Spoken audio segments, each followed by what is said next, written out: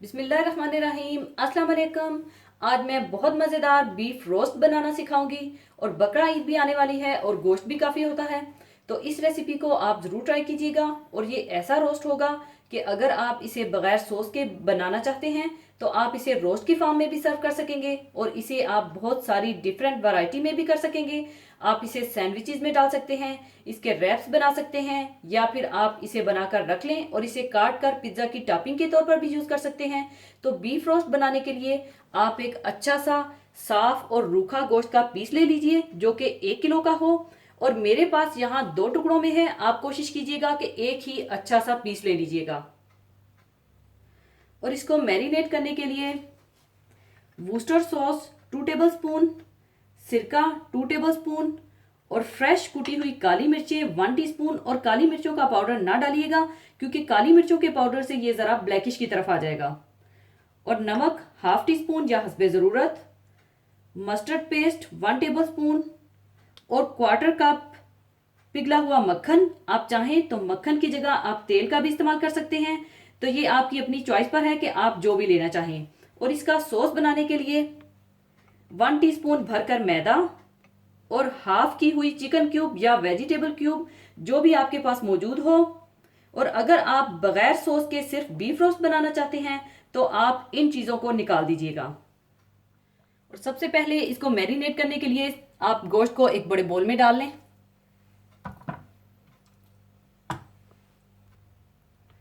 इसमें आप काली मिर्चें, नमक, सिरका, वूस्टर सॉस, मस्टर्ड पेस्ट और पिघला हुआ मक्खन डालकर अच्छी तरह से मैरिनेट कर लें।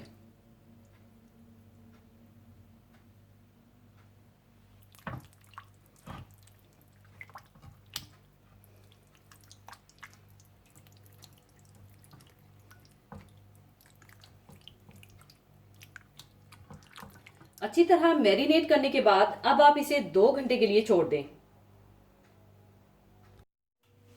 2 घंटे रेस्ट देने के बाद आप इसे किसी देचकी में डालकर बिल्कुल हल्की आंच पर पकने के लिए रख दीजिए ताकि गोश्त गल जाए।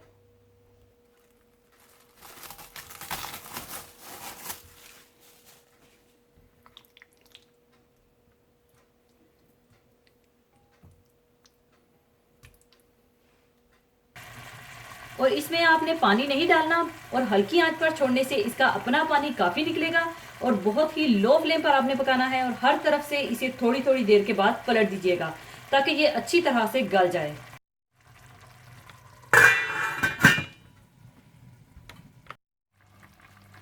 इसी तरह से आप दोनों साइडों से अच्छी तरह से पका लीजिए कि जब तक ये अच्छी तरह से गल ना जाए।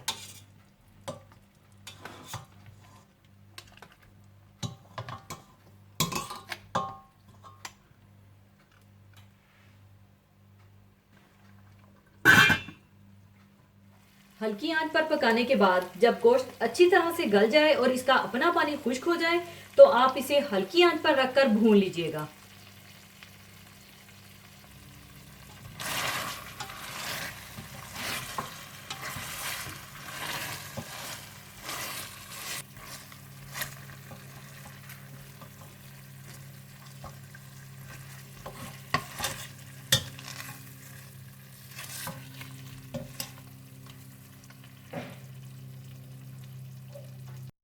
और जब ये अच्छा सा भुन जाए तो आप इसे निकाल कर साइड पर रख दें।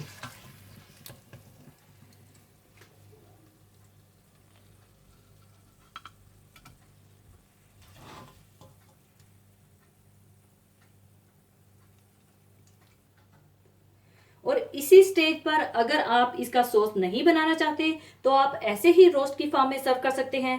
और इसे आप पतला पतला काट कर सैंडविचेस में, रैप्स में, पिज्ज़ा की टॉपिंग के लिए या सैलेड में भी इस्तेमाल कर सकते हैं। लेकिन मैं इसके साथ इसका सॉस भी तैयार करूंगी। और फिर इसी बर्तन में आप मैदा डालकर अच्छी तरह से भून लें।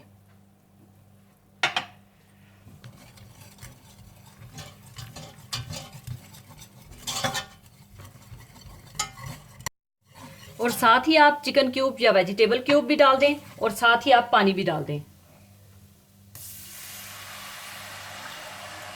और इसे अच्छी तरह से मिक्स कर लें।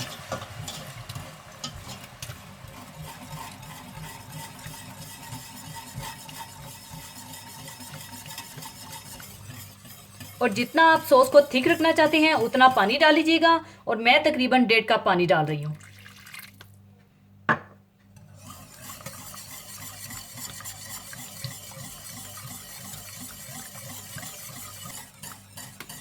और इसे हल्की आंच पर आप रखकर 4 से 5 मिनट के लिए पका लें और ब्राउन सॉस तैयार हो जाएगा। और इसमें आपको और कुछ भी डालने की ज़रूरत नहीं है क्योंकि इसमें पहले से ही सीजनिंग मौजूद है और बड़ा अच्छा सा ये मज़ेदार ब्राउन सॉस बन जाएगा।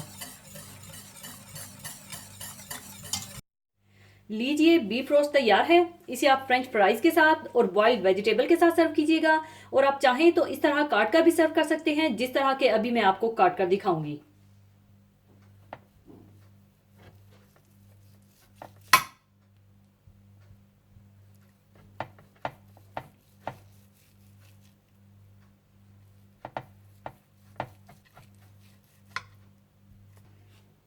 ऊपर आप चाहें तो इस तरह से सॉस डाल लें।